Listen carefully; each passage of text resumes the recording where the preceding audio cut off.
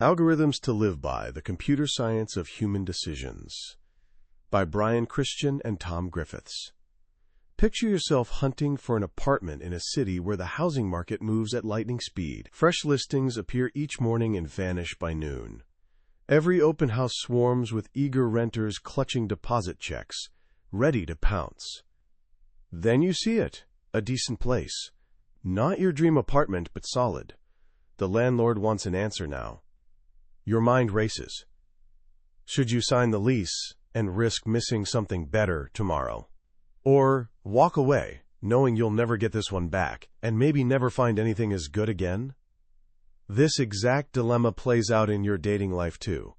When do you stop swiping and start committing? How do you know you're not settling? What if your perfect match is still out there? But what if you're passing up the best person you'll ever meet because you can't stop searching? It's a maddening paradox.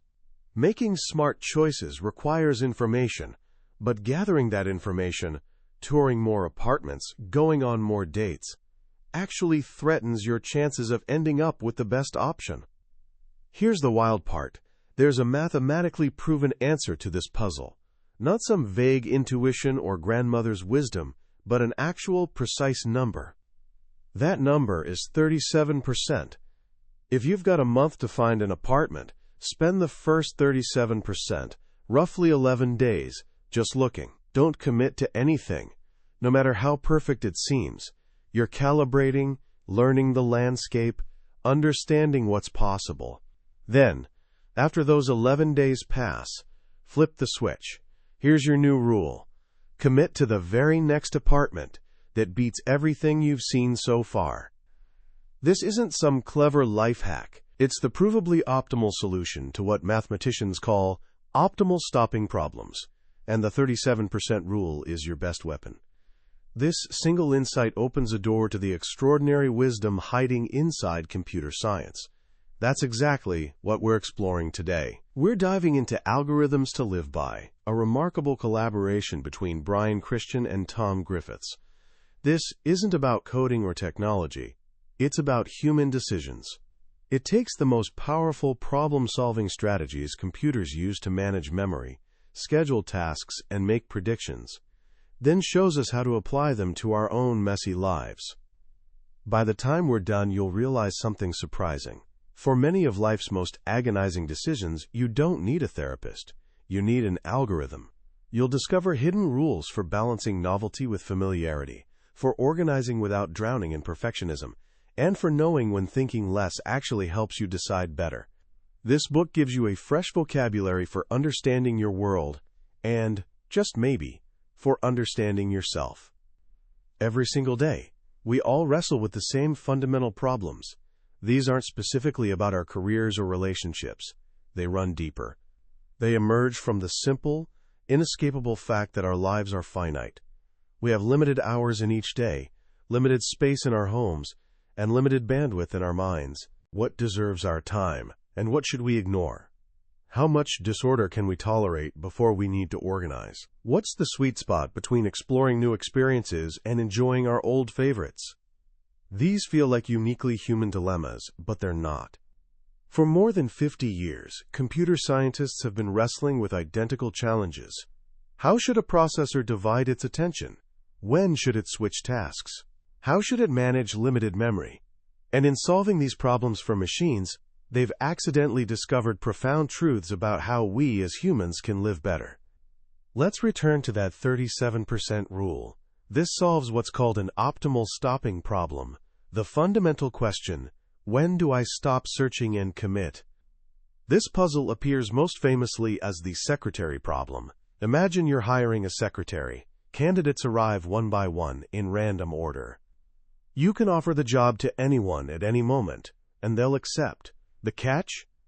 Once you pass on someone, they're gone forever. No callbacks. Your mission is to hire the single best candidate from the entire pool. Hire too soon, and you might miss a superstar waiting in line. Wait too long, and your ideal candidate has already walked out the door. You're balancing on a knife's edge. The solution, as we've learned, is the look then leap rule. Spend the first 37% of your search in look mode.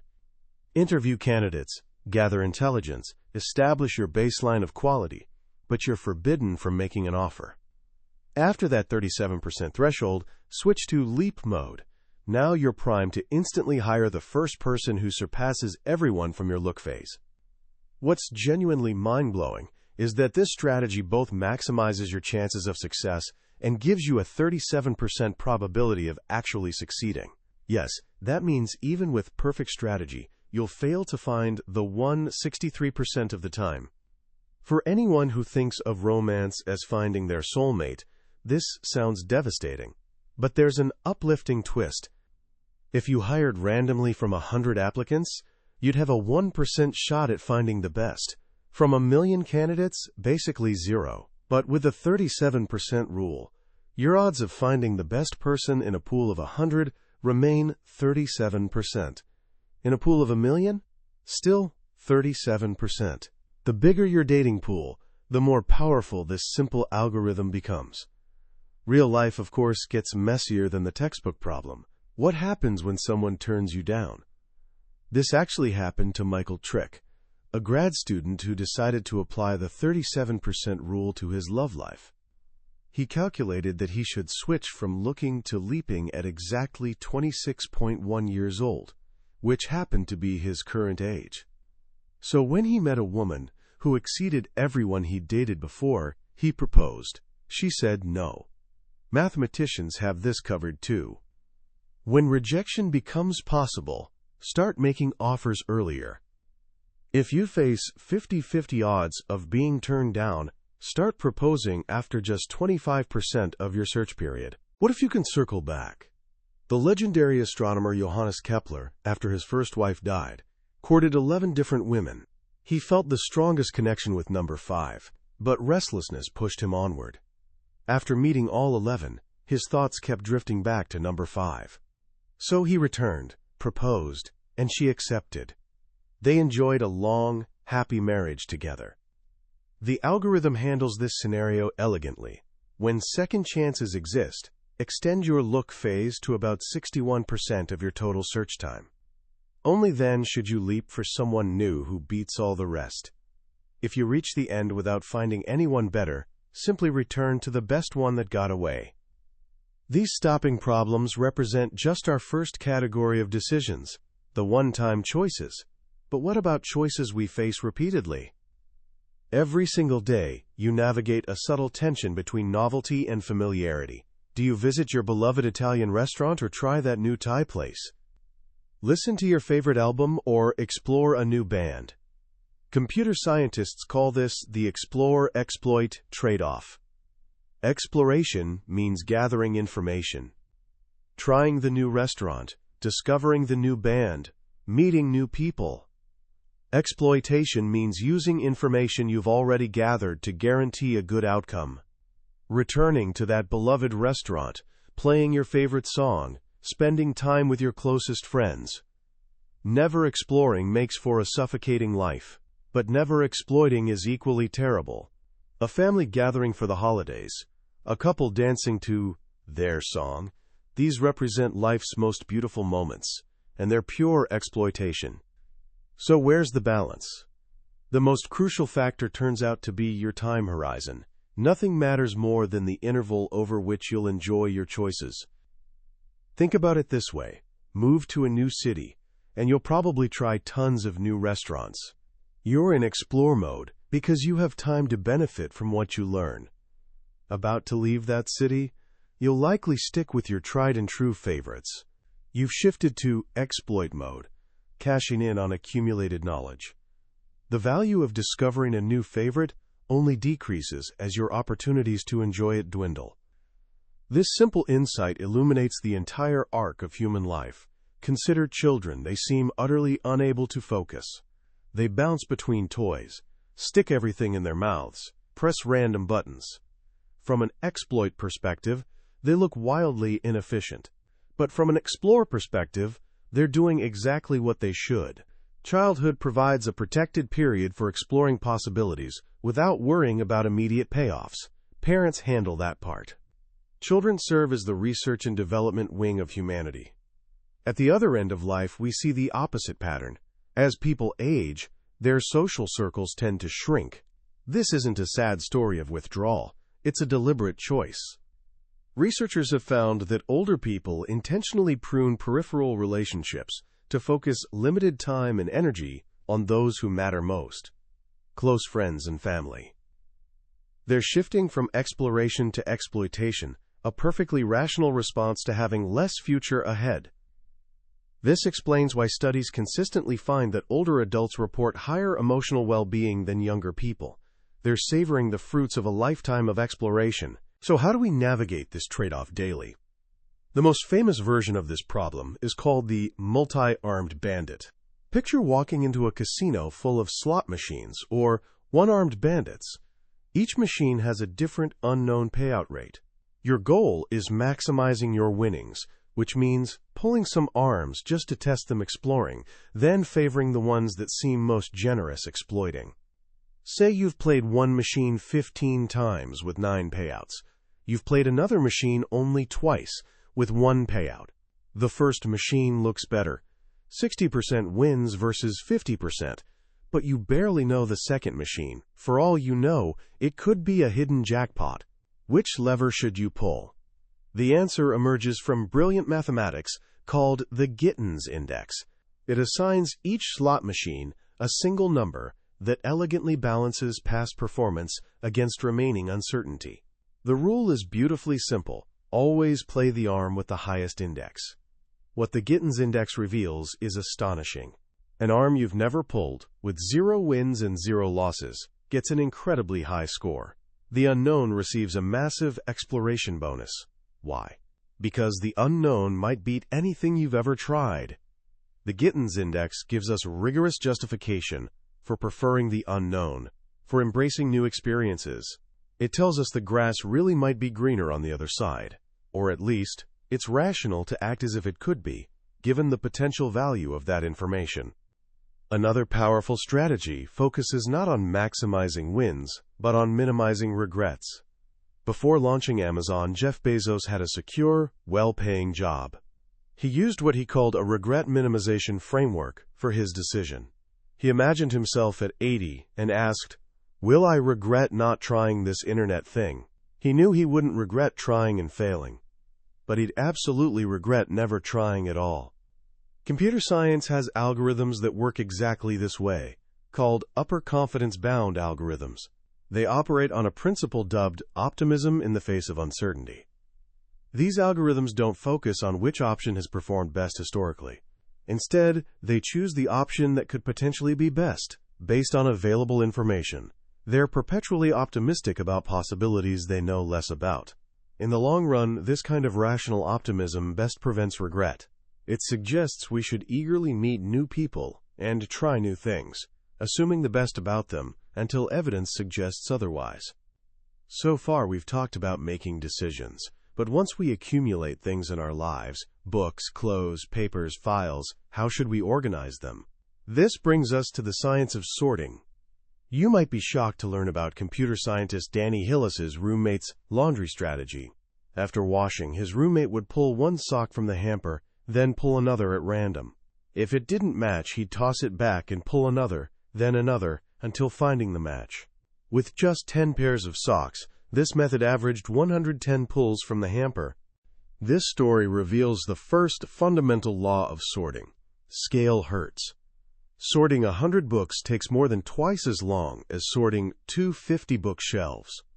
The more you take on, the worse the problem compounds. Computer scientists call this a diseconomy of scale. Many sorting methods exist. One intuitive approach is bubble sort. You scan your bookshelf, swapping any 2 books out of order. Keep scanning until you complete a full pass without swaps. Simple, but painfully slow. Then there's insertion sort, where you take books one by one and insert them into their correct position on a new shelf. Also intuitive, but hardly faster. Both fall into what computer scientists call quadratic time, meaning if you double your items, sorting takes 4 times longer. For centuries, This seemed like our ceiling. Then came a breakthrough called merge sort, a classic divide-and-conquer strategy. Imagine a huge pile of unsorted books. Split it in half, giving each half to a friend. They each split their pile in half, continuing until everyone holds a small, manageable stack to sort. Then work backwards. Two people with sorted stacks can easily merge them into one larger sorted stack. Continue this process until you have one perfectly sorted bookshelf. This approach is dramatically faster, operating in what's called linear-rhythmic time. For sorting 1,000,000 items, this means the difference between 30 passes through your data versus 300 million passes. But here's a radical question from computer science. Should you sort it all? This introduces one of computing's most central trade-offs, sorting versus searching. Effort spent organizing is simply a preemptive strike against future search effort. Sorting something you'll never search is completely wasted. Searching something you never sorted is merely inefficient. So should you alphabetize your bookshelf? Almost certainly not. Hours spent organizing will virtually never pay back through the few seconds saved finding books. Same with your email inbox. Filing messages into folders takes time, but modern search works so fast that it's almost always better, leaving everything in one big pile and searching when needed. In many cases, the optimal choice is embracing the mess. In fact, that paper mountain on your desk might not signal chaos at all. It might be a perfectly efficient, self-organizing system. Think about it. When searching for a document, you look from the top down. When finished with it, where does it go? Right back on top. This perfectly implements the least recently used principle we also see in caching, ensuring your most frequently used documents are always quickest to find. Your messy pile isn't chaos. It's an optimal filing system in disguise. The least recently used principle, or LRU, anchors caching theory. A cache is small, fast memory, where computers keep information likely needed soon. Your brain does this, your office does this, even libraries do this. When a cache fills up, you must decide what to evict. The LRU principle says always evict the item that's gone longest without use, assuming the best guide to the future mirrors the past. This simple rule proves surprisingly powerful. It suggests that when cleaning your closet, you shouldn't discard a t-shirt just because it's old. The real question is, when did you last wear it? This brings us to one of our toughest challenges, scheduling. You've got a long task list. Some tasks are urgent, some important, some depend on others. What should you tackle first? The first lesson of scheduling theory: make your goals explicit. You can't judge a schedule until you know how you're keeping score. If your goal is minimizing maximum lateness, ensuring your most overdue task is as little overdue as possible, the optimal strategy is simple: earliest due date. Just work in order of deadlines. Surprisingly, how long each task takes becomes completely irrelevant. But what if your goal is simply getting things done quickly, shrinking your to-do list? Then the best strategy is shortest processing time. Always do the quickest task available. This works wonders for peace of mind, rapidly clearing small tasks. Of course, not all tasks carry equal weight. Some matter more than others. In this case, use a weighted version of the rule. For each task, divide its importance, or weight, by its duration. Then work from highest density to lowest. This rule of thumb is simple. Only prioritize a task taking twice as long if it's twice as important. This brings us to procrastination. We typically frame it as willpower failure. But what if it's an optimal solution to the wrong problem? When you procrastinate on a big, important project by knocking out small, trivial tasks, you're perfectly executing the shortest processing time algorithm. You're optimizing for reducing outstanding tasks on your mind. You don't have a bad strategy. You have a great strategy for the wrong metric. But what happens when our problems become so complex that finding the perfect solution seems impossible? Imagine planning a trip to 14 cities. Finding the absolute shortest route exemplifies the famous traveling salesman problem. For a computer, Checking every possible route would take longer than the universe's age. This is what's known as an intractable problem. When computer scientists face intractable problems, they don't surrender, they relax. This doesn't mean taking a break. It means they relax the problem itself, solving an easier version first to gain a foothold. This makes a powerful life strategy. We do this intuitively when asking, "What would you do if you won the lottery?" By temporarily removing money constraints, we gain clarity about what we truly want, then bring that insight back to our real-world problem. Another relaxation form turns impossible rules into mere penalties. Instead of saying, "I can't do that," ask, "What would happen if I did?" This is called Lagrangian relaxation. It transforms problems by downgrading the impossible to the costly, opening new solution paths. Beyond relaxation, there's another powerful tool for hard problems: randomness. Sometimes the best way to get unstuck is injecting a little chaos. When searching for the best solution, you can easily get trapped on a local maximum, a solution that seems good but isn't the overall best. It's like standing atop a hill where every direction leads down, not realizing a much taller mountain sits across the valley. To reach that higher peak, you might need to descend for a while, temporarily making things worse, to find a path to something much better. This logic powers an incredible algorithm called simulated annealing, inspired by annealing metal. You heat metal to let molecules move freely, then cool it slowly so they settle into a strong, stable structure. When solving problems, you start at high temperature, willing to accept almost any change, even bad ones. As you cool down, you become increasingly selective, until finally only accepting improvements. This strategic randomness helps you escape local traps and discover much better solutions. Finally, we reach the hardest problems of all, those involving other people. This is game theory's realm. The trouble with other people is they're also thinking about you. This creates an endless hall of mirrors, a state of recursion. I'm thinking about what you're thinking about what I'm thinking, forever. Game theorists seek an equilibrium, a set of strategies where no player has incentive to change what they're doing, given what everyone else does. But as algorithmic game theorists discovered, even when equilibrium exists, finding it can be intractable.